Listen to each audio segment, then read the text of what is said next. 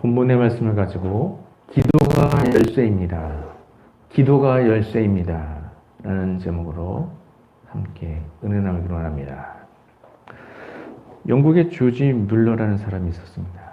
조지 뮬러는 5만 번이나 기도 응답을 받은 기도의 사람입니다. 조지 뮬러는 구하원을 운영하며 구하들을 돌보았습니다. 그런데 한 번은 구하원에 양식이 떨어져서 모두 저녁을 굶을 상황이 되었습니다. 그러나 뮬러는 염려하지 않았습니다. 그리고 여느 때처럼 구하들은 모두 식당에 모이게 했습니다. 식탁 위에는 빈 그릇들만 즐비하게 놓여 있었습니다. 뮬러는 아이들에게 일용할 양식을 달라고 하나님께 기도하자고 말했습니다. 아이들이 고개를 숙였고 그리고 뮬러가 간절히 기도드렸습니다. 그리고 그렇게 기도가 끝났는데요.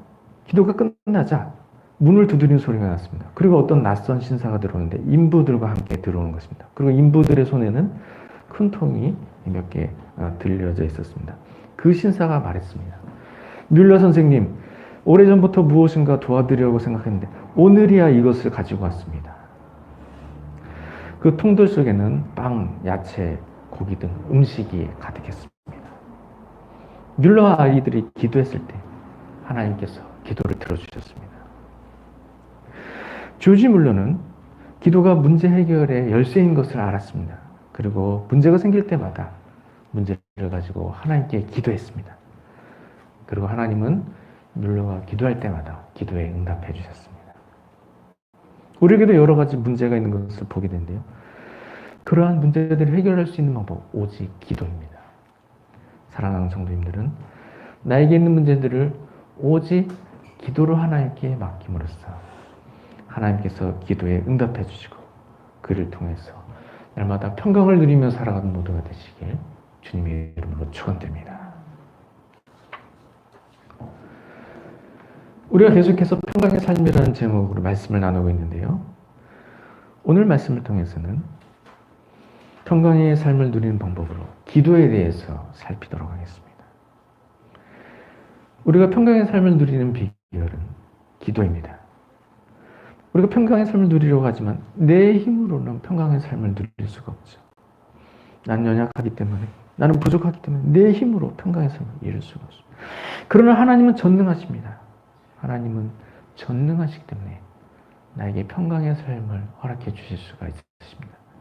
그렇기 때문에 우리가 평강의 삶을 누리기 위해서는 나에게 평강의 삶을 허락해 주신 하나님께 기도해야 하는 것입니다. 평강의 삶을 위해서 필요한 것들을 하나님께 구하면 하나님께서 기도에 응답해 주셔서 하나님의 은혜로 평강의 삶을 살게 되는 것입니다.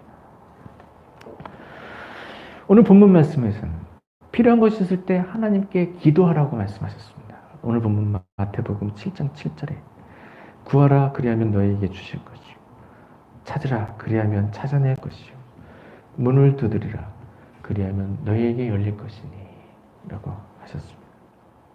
오늘 본문에서 말씀하신 것 기도하면 주신다고 말씀하신 것입니다.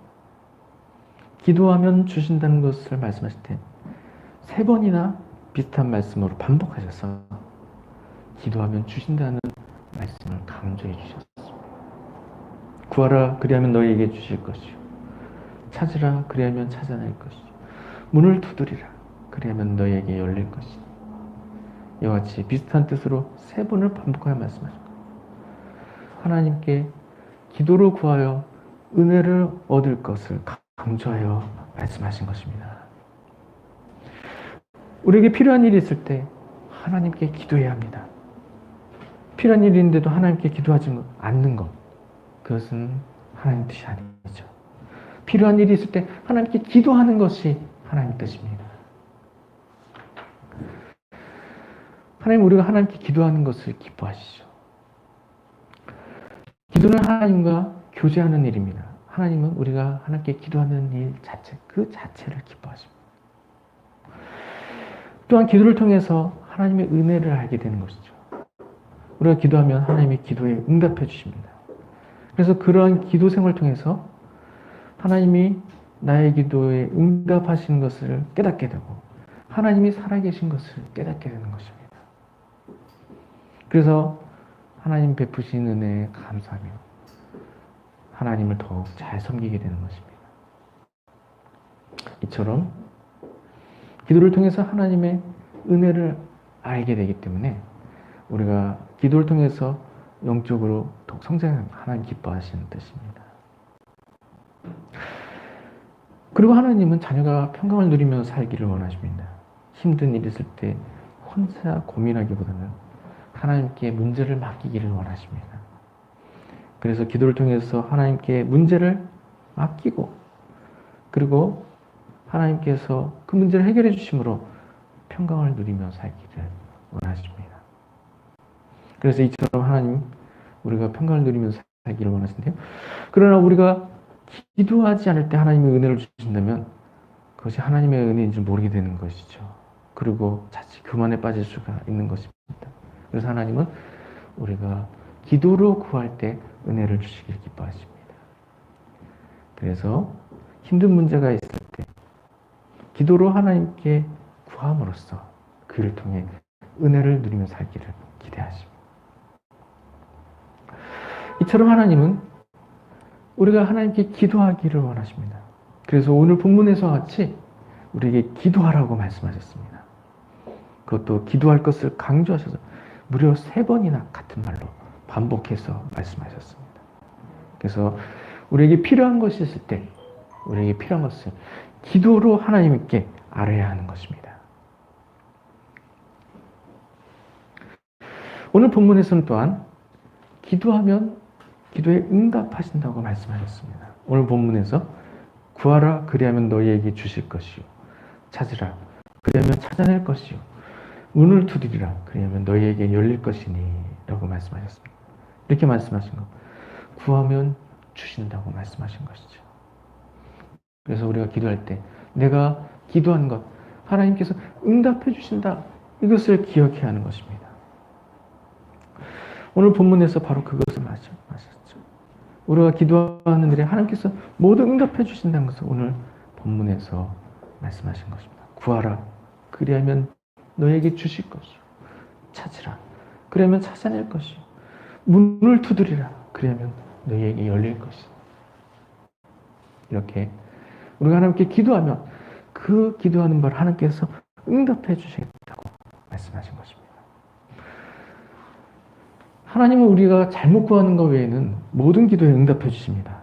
야고보서 4장 3절에 구하여도 받지 못하면 정욕으로 쓰려고 잘못 구하기 때문이라 라고 하셨는데 정욕으로 쓰려고 잘못 구하는 것 외에는 하나님께서 모두 응답해 주시는 것입니다.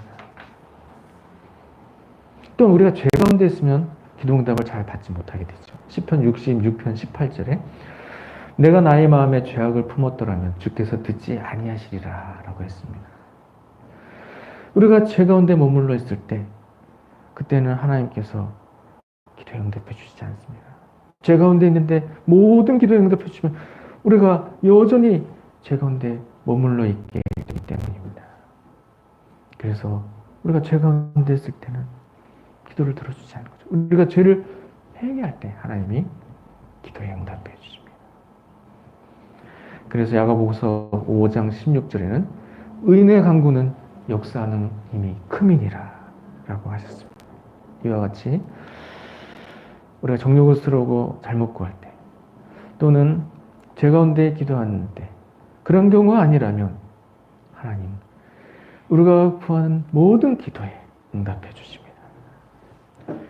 그래서 우리가 하나님께 기도하면 하나님께서 모든 기도에 응답해 주신다는 것을 기억하고서 나의 기도에 응답하시는 하나님께 보다 적극적으로 기도하며 나아가야 하는 것입니다. 그래서 우리가 평강의 삶을 누리기 위해서도 평강의 삶을 위해서 적극적으로 기도하며 나아가야 하는 것입니다. 그럼 우리가 평강의 삶을 위해서 어떻게 기도할 수 있을까요? 첫 번째는 문제 해결을 위해서 기도해야 합니다. 우리에게 이따금씩 어려운 문제들이 찾아옵니다. 그러면 그러한 일들로 인해서 평강의 삶을 누리는데 어려움이 초래가 될 수가 있습니다. 그러면 그러한 문제들을 놓고서 하나님께 기도해야 하는 것입니다. 지금 나에게 문제가 되는 일, 세 가지를 찾아보시기 바랍니다. 가장 큰 문제에서부터 작은 문제까지 세 가지를 찾으시기 바랍니다. 그리고 그 세 가지 문제를 놓고서 하나님께 해결해 주시도록 간절하게 기도하시기 바랍니다.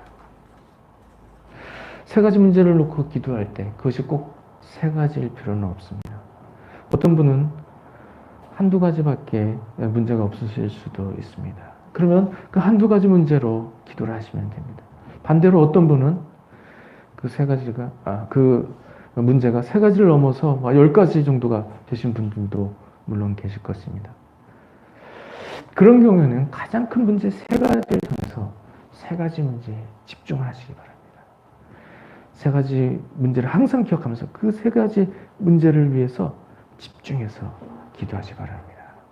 그리고 나머지 문제들은 필요에 따라서 기도를 하시기 바랍니다.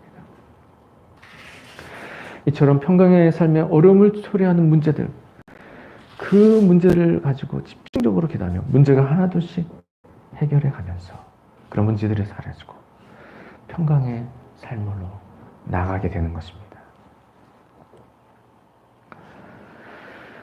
평강의 삶을 위해서 기도한 방법 두 번째는 필요한 것을 구하는 것입니다. 나의 삶에 평강의 삶이 이루어지기 위해서 필요한 것들이 있습니다. 이런 것들도 역시 세 가지를 찾아서 기도하시기를 바랍니다. 그것이 건강일 수도 있고 물질일 수도 있고 자녀와 관계된 일일 수도 있습니다. 그러한 일이 있을 때 그것도 역시 세 가지를 찾아서 기도를 하시기 바랍니다.